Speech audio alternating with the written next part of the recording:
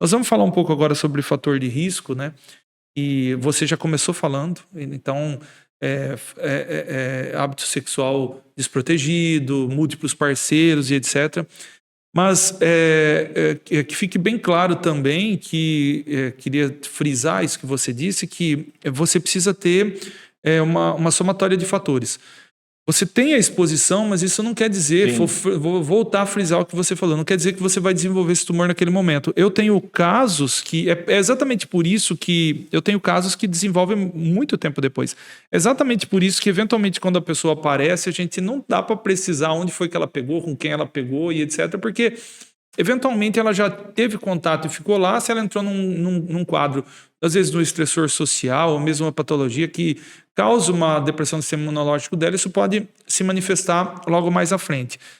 Mas então, Cris, eu queria que você falasse um pouquinho mais a respeito dos fatores de risco, que é isso que a gente já começou a falar um pouquinho, mas aí para a gente só tratar o assunto de maneira um pouco mais didática. Neto, eu vou falar uma frase que eu falo bastante em consultório, que é assim, eu não quero que a menina venha pedir para a gente um teste de gravidez porque aconteceu um acidente. A gente quer ensinar para ela que ela não pode ficar grávida sem verdade. Sem acidental. Então, assim, eu vim fazer meu teste de HPV porque eu acho que eu peguei. Não, na verdade, eu acho que a nossa meta na adolescência, inclusive lá atrás, ainda lá no comecinho, quando a gente começa já as primeiras consultas, na verdade, é essa prevenção primária. Olha, você não pode pegar, você não pode vir aqui fazer um teste de gravidez porque acha que você engravidou. Na verdade, você não é o problema se você tomar uma pílula seguinte. Você tem que entender que lá atrás tem que ter a proteção. Então, assim, eu acho que a proteção e a vacinação, ela está lá de trás, mas essa educação que vem lá, inclusive já na fase pré-sexual, ela é bastante importante. A gente também estava comentando aqui antes no bastidor, né, Neto? É assim, essa fase do rastreamento, ela tem o que eu vejo assim, um grande problema, que é o seguinte: o HPV ele é muito prevalente.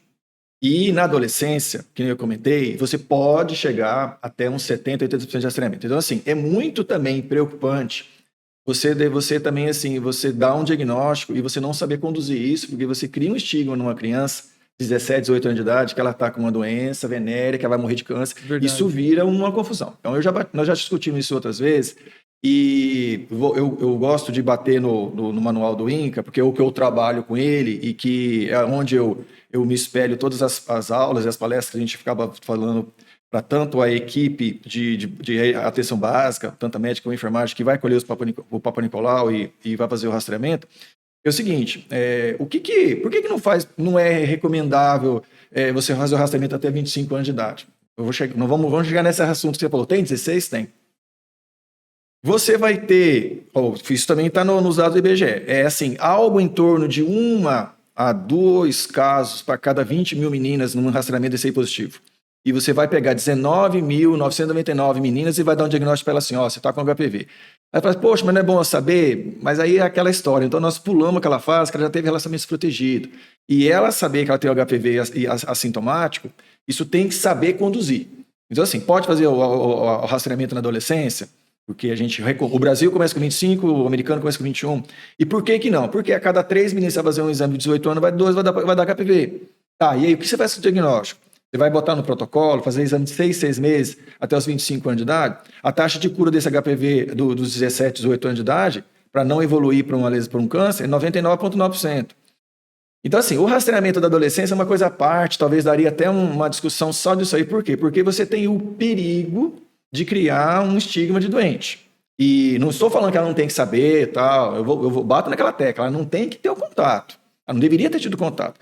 Mas você consegue saber. Então, ela tem que ir no médico, tem que ir no ginecologista, tem que fazer exame, pode até fazer o Papa Nicolau, mas tem um problema seríssimo, que é criar um estigma de uma doença, que a gente vê centenas ou milhares de vezes. Uma paciente de 40 anos de idade, com 3, 4 filhos, e ela fala, com 16 anos eu tive um HPV e fui grave. Eu falei assim, escuta, mas aos 17 ela curou. A taxa de melhora do primeiro HPV do exame para o segundo 6 meses é mais de 50%.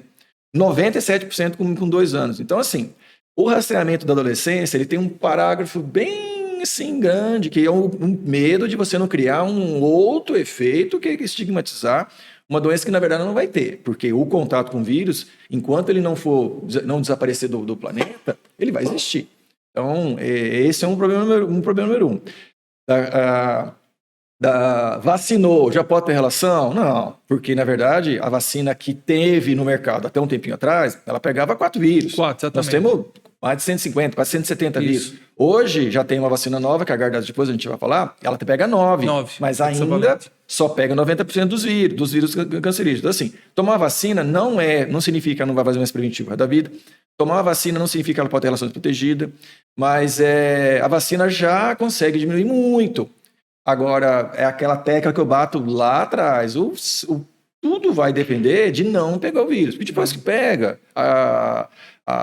depois você vai ter que correr atrás do prejuízo. Exatamente. Né? Pessoal, só para a gente resumir um pouquinho, assim, obviamente, o que nós estamos falando aqui é que se a menina procura fazer um teste de gravidez e etc., obviamente que é um grande problema, às vezes, social para ela, porque vai ter que criar aquela criança e tudo mais, mas é um motivo de alegria porque está gerando uma vida, entendeu? Exatamente. Esse eu penso que é o menor dos problemas. Aí, obviamente, você tem o ônus da situação, que você pode sim pegar um HPV e depois desenvolver um câncer de colo do útero, como nós estamos falando, e aí foge um pouco da nossa conversa, que você pode pegar as doenças sexualmente transmissíveis, sífilis, você pode pegar HIV, que existe, está aí, eventualmente... E falando em sífilis, desculpa te interromper, mas assim, a gente está com uma baita de uma pandemia de sífilis, assim, a gente está...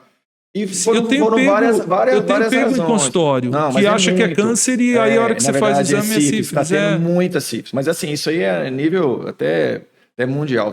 Voltou muito, sífilis voltou com força. Então aí, só para a gente resumir um pouquinho e a gente continuar na conversa, os fatores de risco seguem os mesmos, né? Então, múltiplos parceiros, relação sexual desprotegida, existe aquela história de hábitos de higiene, né, Cristiano? Parcos, hábitos de higiene, que é o que a gente vê quando a gente procura os fatores de risco para câncer de colo do útero. Mas o principal, eu acho que essa conversa que nós estamos tendo, Cris, é um pouco mais madura por conta disso, porque você está batendo muito em cima do seu dia a dia, que é a não contaminação. Essa é a conversa principal mesmo.